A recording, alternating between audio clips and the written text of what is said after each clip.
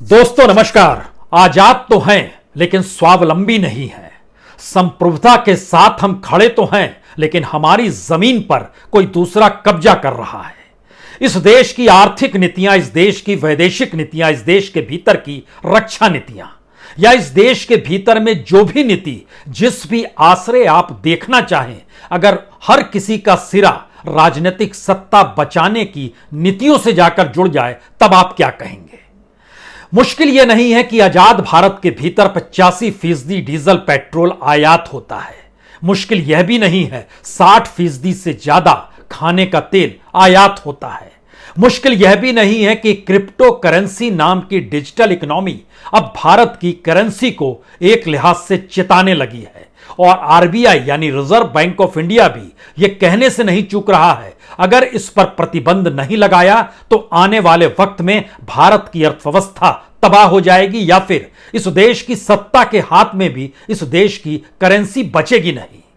ये कौन सी परिस्थितियां हैं जिसमें राजनीतिक सत्ता हर जगह नतमस्तक हो चली है? या फिर इसका एक दूसरा चेहरा भारत के भीतर चीन के साथ संबंधों को लेकर तो नहीं उभरता है? एक तरफ सीमा पर चीन की मुस्तैदी और भारत की सीमा और भारत की जमीन पर निर्माण होते कार्य लगातार उभरते चले आ रहे हैं। डोकलाम में एक बार फिर चीन की सक्रियता बढ़ी है, यहां तक बढ़ी है कि भूटान की जमीन पर और भारत के लिए जो चिकन नेक है, जो पूर्वोत्तर भारत से समूचे भारत को जोड़ता है, उससे चंद फरलांग की दूरी पर एक गांव तक का निर्माण चीन ने कर दिया। हम खामोश हैं। 16 राउंड की बैठक लद्दाख को लेकर हो गई। आखिरी बैठक बीते रविवार को ही हुई, लेकिन स्थिति अनुकूल हुई नहीं है। लेकिन इन सब के बावजूद भी 2017 से लेकर 2022 तक, 2017 इसलिए क्योंकि बरस भर से ज्यादा भारत और चीन की सेना आमने सामने डोकलाम में मौजूद थी और 2020 में गलवान घाटी सामने उभर कर आया। इन तमाम परिस्थितियों के बीच भी देश के भीतर एक ही मैसेज रहा कि चीन के उत्पाद का इस्तेमाल कम किया जाए, चीन के साथ व्यापार कम किया जाए, चीन के ऊपर निर्भरता ना की जाए। और इसका शोर सड़क पर नहीं, संसद के भीतर मचा। इसको लेकर हंगामा विदेश मंत्रालय ने किया। इसको लेकर नीतियों का ऐलान इस देश की कॉमर्स मिनिस्ट्री तक ने किया। लेकिन आज हमारी हथेली पर जो सच है वो परेशान करने वाला है। इस दौर में भारत का व्यापार चीन के साथ बढ़ गया। भारत का व्यापार गाटा एक ऐतिहासिक ऊंचाई पर पहुंच गया जो चीन के साथ व्यापार होता है। भारत अपनी परिस्थितियों के साथ समझौता कर रहा है या भारत की अर्थव्यवस्था नाजुक हो चली है? नाजुक शब्द इसलिए क्योंकि अभी तक तो इस बात का जिक्र भर होता था कि इस देश की प्राइवेट कंपनियां चीन की कंपनियों के साथ समझौता किए हुए हैं और एक्सपोर्ट इंपोर्ट का खेल वह करती है। लेकिन इस देश के भीतर मीटिंग में कैबिनेट सेक्रेटरी जब मोहर लगा दे, फाइनेंस सेक्रेटरी इस पर सहमति जता दें कि अब भारत के जो पीएसयू है, जिसमें एक एनटीपीसी का नाम ले लीजिए, जो रिन्यूएबल एनर्जी की दिशा में काम कर रहा है, उसको भी कुछ अगर औजार चाहिए, उसको भी इक्विपमेंट्स चाहिए, तो अब वह सीधे चीन की कंपनियों से समझौता कर वहां से औजार मंगा सकता है। यानी भूल जाइए सीमा पर क्या हो रहा है, भूल जाइए भारत का देश चीन को लेकर क्या सोचता है, भूल जाइए सारी बातों को। हमें लगता है कि आज पहले आप असल फैक्ट को जानिए। इस देश के भीतर में कोई राजनीतिक सत्ता को क्या काम करना चाहिए और वो क्या कर रही है। खास तौर से इस देश के भीतर में हम जिन चीजों का आयात करते हैं और ये मामला धीरे धीरे डॉलर के मुकाबले कम होते रुपए के साथ अब क्रिप्टो करेंसी के साथ भी जब जुड़ने लगा है, तो इसके 2-3 मतलब बहुत साफ हैं कि अंतर्राष्ट्रीय दबाव में भारत क्या कोई निर्णय नहीं ले पा रहा है। अंतर्राष्ट्रीय दबाव का मतलब क्या? भारत अगर अंतर्राष्ट्रीय निर्देशों के खिलाफ जाता है तो क्या यहां की राजनीतिक सत्ता डामाडोल हो सकती है? वो ताकतें इतनी मजबूत हैं क्या? और जो नए संबंध रूस यूक्रेन के बाद रूस के चीन के साथ बने हैं, ईरान के साथ बने हैं, ऐसे में भारत इन दुविधाओं से दूर होकर अब सबके साथ खड़ा है। यानी भारत अपनी सीमा को लेकर जो शोर हंगामा मचाता है उससे हटकर व्यापार और बिजनेस अलग चीज है। यानी राष्ट्रवाद एक मुखौटा है या राष्ट्रवाद के तहत अर्थव्यवस्था को उसमें शामिल नहीं करना चाहिए, क्या हम ये कह सकते हैं? क्योंकि डॉक्यूमेंट्स जो बतलाते हैं इस दौर में संबंधों को लेकर, उसमें दो तीन बातें खुले तौर पर उभरती हैं कि दरअसल राष्ट्रवाद का मुखौटा लगाकर हम कहीं आर्थिक गुलामी की दिशा में तो नहीं बढ़ रहे, या फिर मोदी का राष्ट्रवाद के भीतर में इकोनॉमी की कोई जगह नहीं है। यानी आर्थिक गुलामी की परिस्थितियों ने भारत के भीतर में जो कर्ज था वह 600 बिलियन डॉलर पहुंचा दिया और रिजर्व घटाकर 580 बिलियन पर लाकर खड़ा कर दिया। शायद इसीलिए पेट्रोल डीजल को लेकर हम दुनिया पर निर्भर हैं, खाने वाले तेल को लेकर हम दुनिया पर निर्भर हैं, रिन्यूएबल एनर्जी को भी डेवलप करें उसके लिए भी दुनिया पर निर्भर हैं, और अब क्रिप्टो करेंसी को लेकर रिजर्व बैंक कह रहा है खतरे की घंटी है, संभल जाइए, और हम कह रहे हैं नहीं संभलेंगे, क्योंकि हमें अपनी राजनीतिक सत्ता को बनाना और बचाना तो नहीं है, या बचाए रखना तो नहीं है। जरा इसको समझने की कोशिश इसलिए कीजिए क्योंकि जो बीता बरस है उसमें भारत और चाइना के भीतर चाइना से जो माल आता था वो 12% बढ़ गया, भारत से जो माल चीन जाता था वह 31% कम हो गया। कहते थे निर्भरता कम होगी, निर्भरता बढ़ गई। कहा गया था सामानों का उपयोग नहीं करेंगे, ज्यादा सामान आने लगे, वह दुश्मन देश है। समझिए इसे।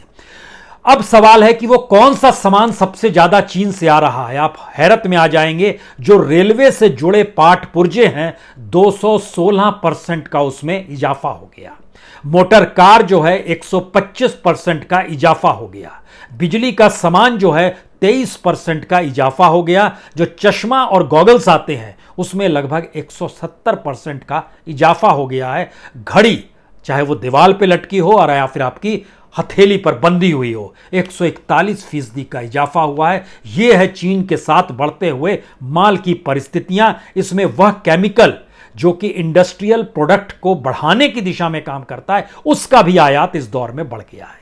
होते होते स्थिति ऐसी बन गई कि लगभग 72.9 बिलियन डॉलर, 72.9 बिलियन डॉलर का मतलब यह है कि 5,82,799 करोड़ रुपए हमारा व्यापार घाटे में चल रहा है सिर्फ चीन के साथ।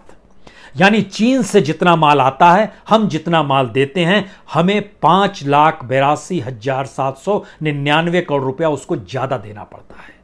यह है एक्सपोर्ट इंपोर्ट का खेल। लेकिन लौट चलिए दोबारा उस डोकलाम को लेकर जो 2017 में था। उस समय भारत का मैक्सिमम डेफिसिट, जो ट्रेड डेफिसिट था, वो 5,03,000 करोड़ का था, और तब सरकार ने कसम खाई थी कि अब चीन के साथ कोई समझौता नहीं। व्यापार कम होना शुरू हुआ, डेफिसिट घटना शुरू हुआ। 2017 में अगर ये 63 बिलियन डॉलर यानी 5,03,000 करोड़ था, अगले बरस घट के ये 53 बिलियन डॉलर हुआ, यानी लगभग 4,26,000 करोड़। उसके बाद ये और कम के हुआ 2019-20 में ये घटकर हो गया 48 बिलियन डॉलर, यानी तकरीबन 3,88,000 करोड़। पिछले बार 2020-21 में यह और घटा और 44 बिलियन डॉलर हो गया, यानी 3,51,000 करोड़।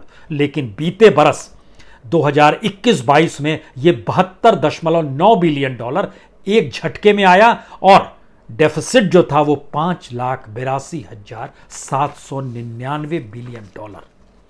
यानी उसके साथ व्यापार बढ़ रहा है या उसका एक्सपोर्ट हमारे यहां बढ़ रहा है, लेकिन हमारा एक्सपोर्ट उसका नहीं जा रहा है। और इन परिस्थिति के भीतर में यह सीधे समझिए कि 2021 के समय में जो बिजनेस था और 2022 के भीतर जो बिजनेस है, भारत का व्यापार घाटा लगातार इसलिए बढ़ रहा है क्योंकि भारत जिन प्रोडक्ट्स को दुनिया के बाजार में देता है उसमें चीन के यहां जाने से उसने रोक तो लगाई, लेकिन चीन के ऊपर भारत की निर्भरता जो है वो और बढ़ गई। दुनिया के बाजार में भारत जितनी बड़ी तादाद में एक्सपोर्ट करता है सिर्फ जनवरी से जून के महीने में, उसका सबसे बड़ा हिस्सा चीन जा रहा है। और भारत का एक्सपोर्ट जिस दिशा में जा रहा है, अगर उसमें से अनाज निकाल लीजिएगा, और वो अनाज की जरूरत चीन को नहीं है, दुनिया को है, खाद्यान्न से जरूरी जुड़ी हुई चीजें जो भारत निर्यात करता है, अगर उसको गिरा लीजिएगा तो फिर कई गुना ज्यादा चीन के साथ भारत के संबंध लगातार बढ़ते चले जा रहे हैं व्यापारिक तौर पर। अटल बिहारी वाजपेयी जब हुआ करते थे प्रधानमंत्री और जब सत्ता छोड़ रहे थे, तब भारत के साथ जो व्यापार का जो डेफिसिट था वो 1.5 बिलियन डॉलर था, यानी उस दौर की परिस्थिति में 1.5 बिलियन डॉलर, जो तकरीबन 11,990 करोड़ हुआ। मनमोहन सिंह थे तो वो बढ़ते बढ़ते 36 बिलियन डॉलर तक पहुंच गया, यानी 2,87,000 करोड़ रुपया हो गया। लेकिन 2022 आते आते प्रधानमंत्री मोदी के कार्यकाल में ये 5,82,000 करोड़ तक पहुंच गया, यानी तब से दुगना हो गया। ये रफ्तार सिर्फ चीन के साथ का हम जिक्र इसलिए कर रहे हैं क्योंकि चीन के साथ संबंधों को लेकर एक रिपोर्ट आई है। उसमें रिपोर्ट इसलिए चौंकाने वाली है क्योंकि भूटान के रास्ते भारत को घेरने की तैयारी भी चीन कर रहा है। डोकलाम से 9 किलोमीटर दूर जो भूटान की आमोचू घाटी है, आमोचू वहां पर एक नदी बहती है बड़ी तेज धार वाली, वहां पर उसने एक नया गांव बसा लिया है।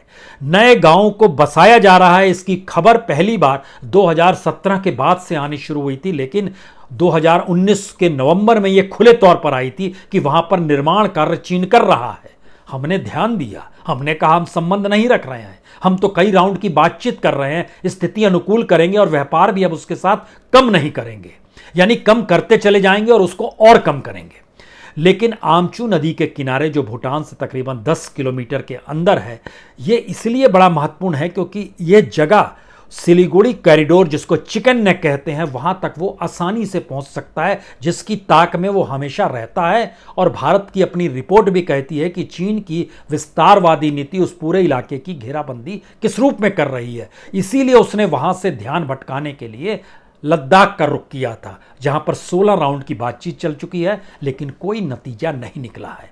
हम क्या कर रहे हैं, महत्वपूर्ण यह है। जाहिर है हम सीमा पर अपने तरीके से इंफ्रास्ट्रक्चर मजबूत कर रहे हैं, वहां पर किसी भी रूप में हथियार जल्दी से जल्दी पहुंच जाएं, ये सारी चीजें हम कर रहे हैं, अपने सैनिकों को लगातार तैयार कर रहे हैं। प्रधानमंत्री बार बार जिक्र भी करते हैं कि अब हथियार हम अपने आप बनाएंगे और अपने सैनिकों को ऐसे हथियारों से इक्विप्ड करेंगे जहां किसी भी रूप में वो दुश्मन से दो दो हाथ करने की परिस्थितियों से सामने आकर खड़ा हो सके और उसको धराशायी कर सके। लेकिन धंधा हम चीन के साथ ही करेंगे और ये बढ़ते बढ़ते इतना बढ़ जाएगा, किसी ने कल्पना नहीं की थी, क्योंकि 2017 का रिकॉर्ड ना सिर्फ 2022 में टूट गया, यानी संबंध जब अच्छे थे तब भी इतना डेफिसिट नहीं था जिसका जिक्र हम आपसे कर रहे हैं। और इन बातों का जिक्र इसलिए ज़्यादा महत्वपूर्ण हो चला है क्योंकि जनवरी से जून तक के बीच में जो भारत ने जितना भी माल दुनिया के बाजार में बेचा, उसका बड़ा हिस्सा चीन में भेजा। और यह परिस्थिति इसलिए डराने वाली है क्योंकि हम लोग लगातार इस बात का जिक्र करते हैं कि भारत की अपनी संप्रभुता पर कोई आंच आने नहीं देंगे, लेकिन सीमा पर चीन की मौजूदगी और उसकी विस्तारवादी नीति डराती है। और दूसरी तरफ भारत की आर्थिक नीति चीन पर निर्भर होकर व्यापार करने से नहीं कतराती है। अब इसका अगला हिस्सा इसलिए महत्वपूर्ण है क्योंकि यह पहली बार हुआ है कि निर्भरता बढ़ी हुई थी। अब भारत सरकार ने बाकायदा जो पब्लिक सेक्टर है, पब्लिक सेक्टर के लिए नियम कायदे सरकार बदल रही है। इससे पहले बदला था उसने गवलान के समय, जब गवलान घाटी में चीन की मौजूदगी हुई थी, तब कहा गया था कि अब कोई बिजनेस चीन की कंपनियों के साथ तब तक नहीं होगा जब तक वो भारत सरकार के उस मंत्रालय से जुड़ी हुई अथॉरिटी में रजिस्ट्रेशन ना करा लें। इसको जीएफआर रूल 144 के तहत लागू किया गया था। लेकिन अब सरकार को लगने लगा है तब तो बड़ी मुश्किल हो रही है, और 2 ही साल तो बीते हैं, 2020 में ये लागू हुआ था। लेकिन अब जो मीटिंग हुई उसमें कैबिनेट सेक्रेटरी ने कहा यह संभव नहीं है, हमको इक्विपमेंट्स चाहिए जो रिन्यूएबल एनर्जी की दिशा में, जिसको कॉमर्शियली हम चीज़ों को सेल भी कर सकें। तो अब भारत की पीएसयू, उसके जो डायरेक्टर्स हैं, वो सीधे चीन की कंपनियों के साथ व्यापारिक रिश्ते बना सकते हैं और वहां से माल खरीद सकते हैं। यानी खुला ऐलान है कि हम चीन के उत्पाद पर निर्भर हैं। खुला ऐलान है कि प्राइवेट नहीं बल्कि सरकारी कंपनियां भी अब चीन के साथ व्यापार करें। और इकोनॉमी को संभाले चूंकि भारत नहीं संभाल पा रहा है, यानी भारत की राजनीतिक सत्ता के हाथ से अर्थव्यवस्था फिसलती चली जा रही है। तो ऐसे में अब उन्होंने किया है कि फाइनेंस मिनिस्ट्री हर रुकावट को जल्दी से जल्दी हटाए। कैबिनेट सेक्रेटरी ने हरी झंडी दे दी और मिड 2020 के लगभग जो धंधों के लिए रोक लगा था, बिजनेस के लिए रोक लगा था, उस पर DPIIT जो है, यानी department of for promotion of industry and internal trade जो है, उसने भी कहा हाँ ये जरूरी है। मुश्किल सवाल यहाँ पर सबसे बड़ा ये है कि हमारी अर्थव्यवस्था को हम संभालें या अपनी सीमा को हम संभालें। अपनी सीमा को संभालते वक्त जो हमारी सीमा के भीतर घुस रहा है उससे व्यापार ना करें, या अर्थव्यवस्था का खाका बिल्कुल अलग होता है, हम ये मानकर चल लें। यह दोनों सवाल इसलिए महत्वपूर्ण हो चले हैं कि किसी भी देश का अपने आप में स्वावलंबी होना, उसका आत्मनिर्भर होना ही उसकी ताकत होती है। और अगर वो नहीं होगी, जो मौजूदा वक्त में अब नजर आने लगी है कि भारत किस रूप में अंतर्राष्ट्रीय बाजार पर ना सिर्फ निर्भर है, बल्कि जो डॉलर भी दे रहा है भारत अपने रिजर्व पुल से निकाल करके किसी भी हालत में दुनिया से जो सामान हमको चाहिए वो हर हाल में मिल जाए, ये जानते समझते हुए कि भारत की आर्थिक स्थिति अगर नाजुक होती चली जाएगी तो महंगाई यहां पर एक ऐसे रूप में सामने आएगी जो बेहद डराने वाली होगी। हम इन बात का जिक्र इसलिए भी करना चाह रहे थे क्योंकि एक तरफ पेट्रोल डीजल को लेकर हम लोग लगातार जिक्र करते हैं, इसमें एक खाद्य तेल का भी एक हिस्सा जोड़िए, क्योंकि हम लोग 55 से 60% तक खाने वाला तेल आयात करते हैं। जो भ्रम में है वो इस भ्रम में ना रहें कि सरसों तेल के अलावे चाहे वो सनफ्लावर ऑयल हो, चाहे मूंगफली का तेल हो, चाहे नारियल तेल हो, चाहे तिल का तेल हो, चाहे ऑलिव ऑयल हो, सब हमारी रसोई में इस्तेमाल होता है और सब हम मंगाते हैं। सरसों तेल सिर्फ 18% इस्तेमाल होता है, बाकी तेल हमको बाहर से मंगाना पड़ता है। यानी खपत हमारे यहाँ जो प्रोडक्शन है वो सिर्फ 45% ही मैक्सिमम पूरा कर पाती है, हमको 55% बाहर से मंगाना पड़ता है। तो इसके मतलब क्या है? इसके मतलब बहुत साफ हैं कि हमारा रुपया अगर डॉलर के मुकाबले कमज़ोर हो रहा है और उस रुपए के हिसाब से बिजनेस अंतर्राष्ट्रीय बाजार में नहीं चल पा रहा है, लेकिन हमको सामान चाहिए। अब रिजर्व बैंक ने एक व्यवस्था की, उसने कहा कि जो नॉन एसेंशियल गुड्स हैं उन पे रोक लगाई जाए, यानी डॉलर को बाहर ना जाने दिया जाए। जो भारत के लोग दुनिया के बाजार में निवेश कर रहे हैं, इन्वेस्ट कर रहे हैं, उसकी भी वह सीमा निर्धारित करने में भिड़ गया है कि अब हम सीमा निर्धारित कर रहे हैं, इससे ज़्यादा डॉलर आप बाहर मत भेजें। किसी भी देश के भीतर में आर्थिक स्वावलंबन ना हो और उसकी निर्भरता अगर अपने दुश्मन देशों के साथ ही आकर खड़ी हो जाए तो वह देश क्या करेगा? इस सवाल का जवाब विदेश मंत्रालय या देश की सरकार क्यों नहीं देती है कि चीन के साथ हमारा व्यापारिक जो बिजनेस डेफिसिट है एक्सपोर्ट इंपोर्ट का, वो इतनी हद तक कैसे पहुंच गया? 5,82,000 करोड़ तक पहुंच गया। और जनवरी से जून तक का जो बिजनेस है यह भी $57 बिलियन का हो चुका है। यानी रफ्तार कहीं तेज है, हमारा एक्सपोर्ट कम हो रहा है, इंपोर्ट लगातार बढ़ रहा है और कोई रोक लगाने की स्थिति में नहीं आ पा रहा है। अब यहां पर यह सोचिए कि रुपए के कम होने से हम चूंकि निर्भर हैं, इसमें अगर आप सिर्फ खाने के तेल को जोड़ते हैं तो सनफ्लावर तेल 2020-21 में और 21-22 में इन दोनों के बीच खड़े हो जाइए। मेरे ख्याल से आप 2021 में ही खड़े हो जाइए। 2021 में क्या स्थिति थी, 2022 में क्या स्थिति है, इसको आप इस रूप में भी जोड़िए कि जो रूस और यूक्रेन का युद्ध था उससे पहले क्या स्थिति थी और बाद में क्या स्थिति है। सनफ्लावर तेल हम 1,19,000 करोड़ का मंगाते थे और वह बढ़कर 1,63,000 करोड़ हो गया, लगभग 44,000 रुपए प्रति टन बढ़ गया तेल। इस दौर में कीमत बढ़ गई, चुकाना रुपए में नहीं है, डॉलर में है।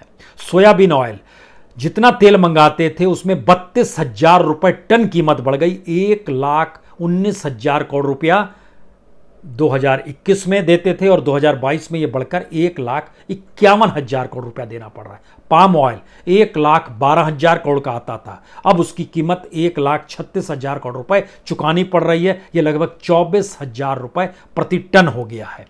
सवाल 3 सबसे बड़े हैं।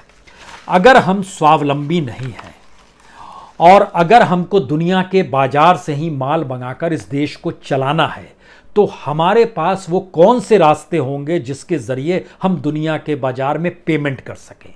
अभी तक था कि भारत के जो रिजर्व था वो लगभग 634 बिलियन डॉलर तक का था। वो घटकर 580 बिलियन पर आ चुका है, जो लास्ट रिजर्व बैंक ने डाटा जारी किया। दुनिया के बाजार से जीडीपी की तुलना में हमारा जो इंटरनेशनल डेब्ट है वो 90% तक अगर पहुंच गया है, तो वो आने वाले वक्त में 94, 95, 96 आते आते खतरे की घंटी किसी भी देश की इकोनॉमी के लिए बजने लगती है। उसका रास्ता हमारे पास क्या है? और तीसरी स्थिति है कि अगर देश की अर्थव्यवस्था को संभाल पाने में कोई राजनीतिक सत्ता अगर फेल हो चली है, तो क्या वो वाकई अपनी रक्षा नीति और विदेश नीति बाजार के हिसाब से बनाए या सीमा के लिए बनाए? यानी बॉर्डर की रक्षा के लिए, देश की रक्षा के लिए उसकी पॉलिसी होनी चाहिए, या देश के भीतर बाजार और व्यापार चलते रहे इसके लिए होनी चाहिए? यह 2-3 सवाल मौजूदा वक्त में सबसे महत्वपूर्ण है। और इस महत्वपूर्ण परिस्थिति के साथ जो आखिरी सवाल बार बार जुड़ रहा है वह करेंसी को लेकर है।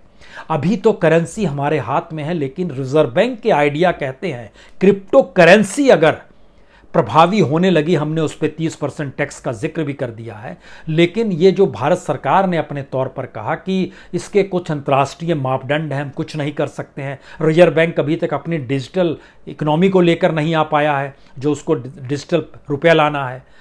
ये सारी परिस्थितियां बतानी है कि अर्थव्यवस्था की डावाडोल स्थिति धीरे धीरे करेंसी को भी अपनी जद में ले सकती है, और ये इंडिकेशंस आरबीआई दे रही है। और भारत सरकार पार्लियामेंट के भीतर इसमें हाथ खड़ा ये कहकर कर रही है कि दरअसल इसके कुछ अंतर्राष्ट्रीय मापदंड और क्रिप्टो करेंसी दरअसल बॉर्डरलेस है। सवाल है कि करेंसी बॉर्डरलेस है, आप नकेल नहीं कर सकते हैं। सवाल है कि आपकी इकोनॉमी भी बॉर्डरलेस है और आप उसमें चीन जैसे देशों पर निर्भर होने की स्थिति के अलावा कोई रास्ता नहीं बच रहा है। स्थिति इतनी नाजुक है कि पब्लिक सेक्टर के लिए भी इजाजत दी जा रही है कि अब कोई रिस्ट्रिक्शन नहीं, चीन की कंपनियों के साथ आप व्यापार कीजिए, रिन्यूएबल एनर्जी से जुड़े इक्विपमेंट्स को आप खूब मंगाइए, सौदे कीजिए, जो करना है कीजिए। यानी हमारी निर्भरता धीरे धीरे और बढ़ती चली जाए। राजनीतिक सत्ता की दृष्टि से देखिए तो सत्ता बचाने के लिए कोई भी सत्ता अपने लिए एक नीति बनाती है कि जनता के भीतर यह भाव हमेशा से रहे कि यह सरकार जीती और मरती इस देश के लिए है। और उसके आड़े या उसके बीच में जाहिर है जाति और धर्म अपने तौर पर समाहित हो जाता है, लेकिन राष्ट्रवाद के भीतर क्या अर्थव्यवस्था गुलामी की परिस्थिति में जीने की आदी हो जाती है? या दुनिया में कहीं आपने ऐसा देखा है कि सीमा पर हम लगातार अपने सैनिकों को संघर्ष करते हुए और राष्ट्रवाद जगाते हुए भेजेंगे, लेकिन जिससे लड़ाई लड़ रहे हैं उसके साथ व्यापारिक समझौतों को बढ़ाते हुए उसके प्रति नीतियों में ढील देकर हम आगे बढ़कर अपने सपनों को जीना चाहेंगे जो 5 ट्रिलियन का है? क्या यह सच है? यह एक चुनौती है, एक खतरनाक परिस्थिति है, और शायद राष्ट्रवाद के जिस मुखौटे को ओढ़कर भारत सरकार मौजूदा वक्त में देश की आर्थिक नीतियों को परोस रही है, इसके 2 ही मतलब है कि राष्ट्रवाद एक मुखौटा है और आर्थिक गुलामी उसके चरित्र में छुपी हुई है। बहुत बहुत शुक्रिया, बहुत बहुत शुक्रिया।